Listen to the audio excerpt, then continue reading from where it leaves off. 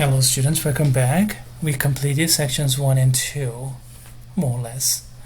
Let's go to section 3, and section 3 consists of just two sets of examples. 3.1 has a bunch of parentheses problems, and 3.2 denominator problems. So which is harder? Of course, 3.2 is higher level. Remember the basic strategy. Denominators number 1, parentheses number 2, and like terms number 3. If you start from the parentheses, skipping this, that means it's easier problem. And indeed, no, not these. Indeed, these are easier. We've done this before, and also that. Where did he do that? Right here. This problem and that problem. So let's review those quickly. Break up the parentheses, this one here, which I just highlighted in blue, into this. And then take the like terms together, simplify, keep the right hand side equal to 0, and what do you get? You have this quadratic binomial. It's not trinomial anymore, binomial, there are only two terms. And you can factor, and you get z0 or z4. That was easy. How about the next problem? Again, the same deal. We're just breaking up this parentheses. Maybe a little bit tougher because of this negative sign, but in the end you get what you want. You get what you expect. And then after that, like terms together, simplify, turn it into the standard form. But some further simplification is in order because everything is divisible by 3, so divide each by 3. So you get a monic quadratic trinomial, and you can factor it, and you get, in this particular case, a double root. How about the next problem? I don't think we did this problem, so let's go ahead. Put some space in between. Okay, let's go ahead and break some parentheses.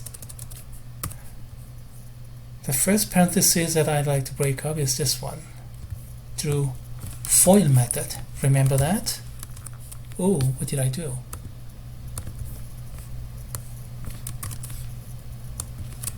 Okay, alright. Now, let's FOIL this. First, 2z times 7, so 14z.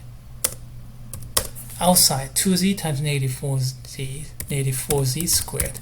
I mean 2z times negative 2z, so negative 4z squared. That's what I intended to say. And inside, 3 times 7 is 21. And last, 3 times negative 2z, negative 6z. All good? Okay, and then here's another parenthesis to break up. Distribute negative 3 times 7z, negative 21z, and distributing negative 5, distributing negative 3 to 5, you get negative 15. Sorry, speaking and writing at the same time often gets confusing. So negative 3 times 7z, so we have negative 21. Negative 3 times positive 5, we have negative 15. We need a sign change for both of them. Okay, alright, we got that. And then let's break up the first parenthesis completely. This one here, we have to break up this negative 1. Basically, we have sign change for each. Multiplying by negative 1 is nothing more than a sign change for each. And that's what we have. Okay, alright, some further simplification. We take the like terms together. 4z squared, that's the only quadratic term. And negative 14z plus 6c, what do you get? Negative 8z. And then 1 minus 21, 20.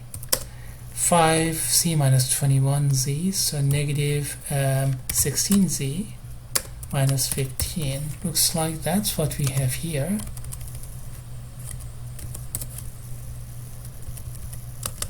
And then let's align the equalities. flip everything to the left hand side, 4z squared, and then negative 8 plus 16, so positive 8z, and then negative 20 plus 15, so minus 5 equal to 0.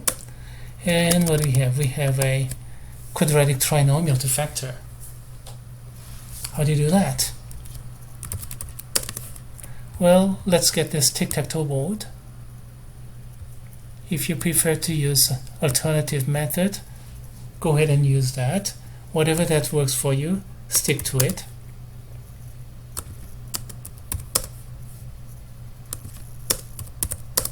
So multiply the first and the third. 4 times negative 5, negative 20, and factors of negative 20 adding up to 8. What are those? We have 2 times 10. Which is positive, which is negative? We need negative 2 times positive 10, so they begin negative 20 here, but also they add up to positive 8. Okay, finally, fill out everything. We have to have 1 times 2 here. No, 2 times 1 here. And then 2 times 5 here. And which one is negative? This one has to be negative. Please check. We have a prime number, negative 2 and negative 5. I mean 2 and 5. So the selection is easy in this case. Okay, we got the table done. The tic-tac-toe board is now complete. So we have to do this cross multiplication. So 2 negative 1 and 2 positive 5. This kind of crisscrossing. So alright, what do we have? 2z minus 1, 2z plus 5 equal to 0. So from the first factor, 2z minus 1 is 0, 2z is 1, z is therefore 1/2. And there goes one of the two solutions coming from the first factor. Next, 2z plus 5 is 0, 2z is negative 5, z is therefore negative 5/2.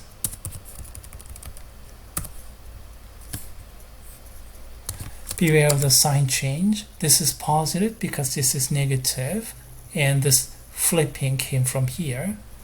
So 1 over 2, but sign change, negative to positive. 5 over 2, but sign change, positive to negative. That's how you can do these kind of problems. Same thing is repeated here in this answer key.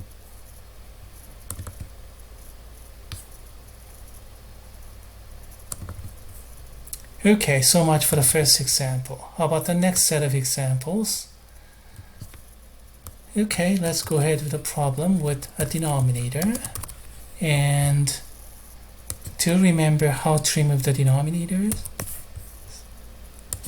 multiply the least common denominator, LCD, or in other words, the least common multiple of the denominators to every one, each and every one of these terms. There are 4 terms. Multiply the same thing to each. What do I multiply here? 20. 4 times 5 is 20, and that's divisible by 10. So multiply by 20. You can multiply all 3 and get 200, but that's an overkilling. We don't need that many.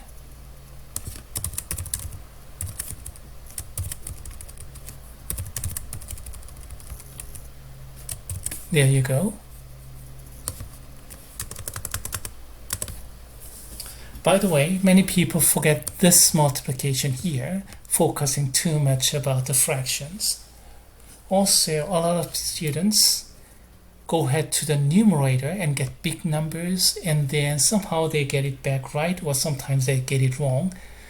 Either way, it's not really effective because Step 1 is removing the denominators. Breaking up parentheses is step 2. Step 1 first. Get smaller numbers first. 20 divided by 5 is 4. So 4 times 2x plus 1. 20 divided by 10 is 2. So 2 times 3x squared plus 2. And then here 40x. And 20 divided by 4 is 5. So 5 times 2 plus 3x. That's how you can remove all the denominators. Step 1 is now complete. And then now you can go over to step 2 and break up all those parentheses. Okay, 8x plus 4, 6x squared minus 6, 40x minus 10 minus 15x. Are you all comfortable about signs?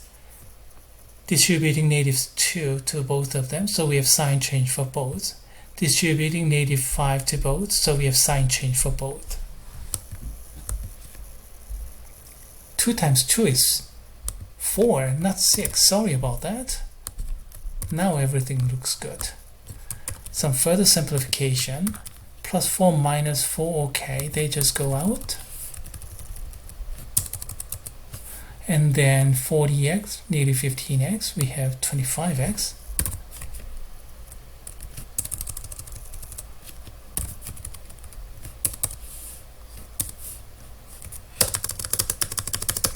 Flip everything to the right hand side. 6x squared. 25x was there before, so was -10. But 8x, which was in the left hand side, flip it over to the other side, so we get, that's what you're gonna get. And eventually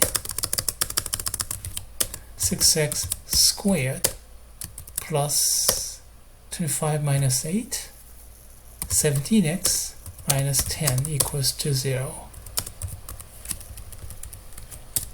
Let's see, did I do this right?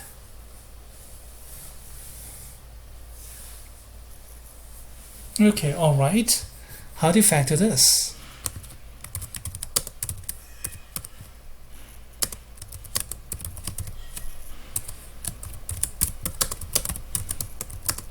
If you do it right, you're going to get this factorization. 10 times -1 is -1. 3 times 2 is 6. And then 10 times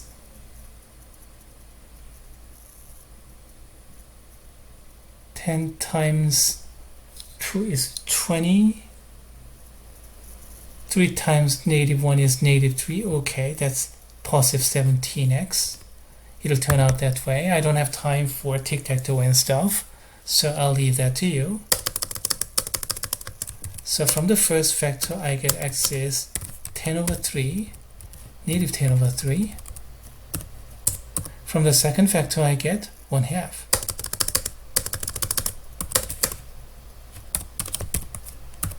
So numerator over denominator, and we have sign change. This negative becomes positive. Numerator over denominator, but we have sign change. This positive becomes negative. And as for this factorization, as a matter of fact, you can look up the answer key here. Yeah, everything here, and the tic-tac-toe computation is here if you're interested.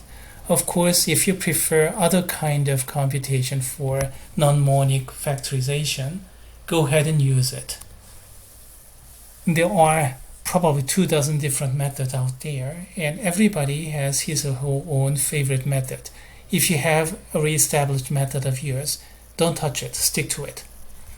If you're making a lot of mistakes there and would like to see what I do, then okay, this tic-tac-toe is a good way. Okay, that completes 3.2a, and we have 2 more problems to go, but we can cover those in the next video.